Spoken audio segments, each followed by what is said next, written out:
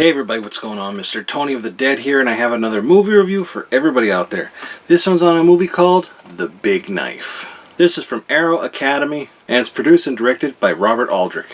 Movie follows Charlie Castle, played by Jack Palance, and he's like Hollywood's biggest star, and he looks like he has everything, the big house, his money and everything, you know, friends and all that kind of stuff, but his wife wants to leave him, and she doesn't want him to re-sign with his studio boss, and the studio boss is kind of a not a nice guy, and she doesn't want him to re-sign with him, and he doesn't want to re-sign either, but the studio boss, he's kind of pushy, and he gets his way every time. If he wants something done, he'll have it done, and he has deep dark secrets on Charlie that he will use against him if he doesn't sign.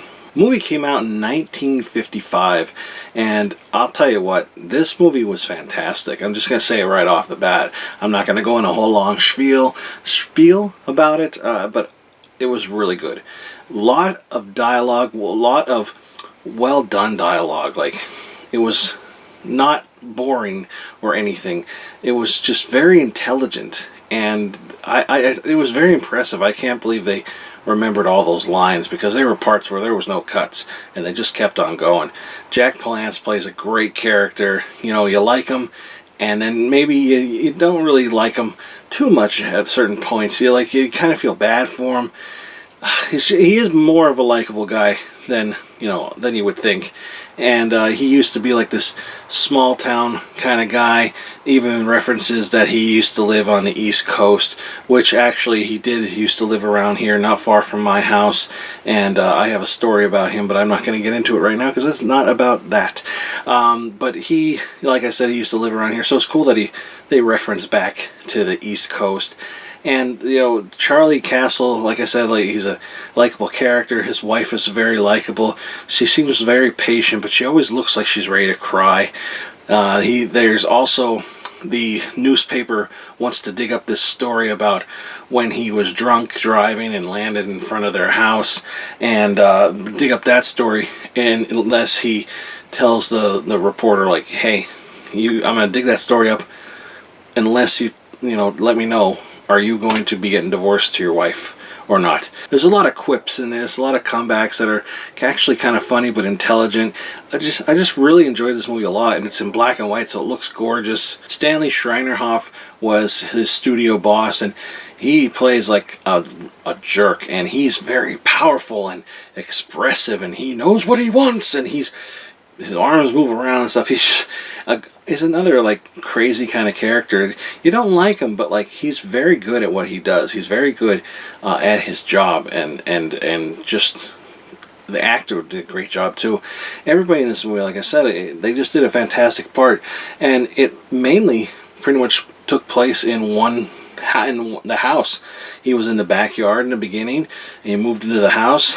You don't really see him. I don't believe he ever left the house, and it's a long movie. It's 111 minutes, but it's very well done, and like I said, it's not boring, keeps your attention, and it's from 1955, so if you like older movies like that, and this story is very interesting too, and the whole big turnout at the end it's kind of like a lot of these movies, they ended kind of quickly.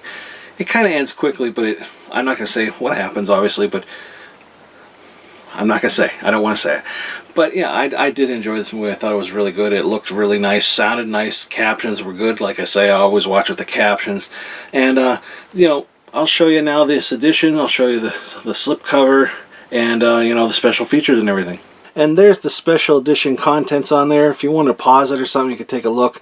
But there's a lot of special features on here. Here is the new artwork for this. It is from Sean Phillips, the newly commissioned artwork from Sean Phillips. And I like it. I do like it. If you see the movie, it makes sense. That is the boss, the studio boss. And of course, that's Jack Palance down here. Not much going on in this picture, but like I said, if you see the movie, you'll understand. And this is the original one. And I do like this one, too. I like the brown. I do kind of wish, though, that it had his wife in here. or like more characters. But again, this is the original, and this one only has 2 characters on it as well.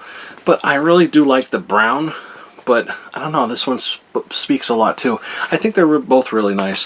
Which one do you like? And here you have the Blu-ray, and it is Region A. There's no DVD with this, just the Blu-ray.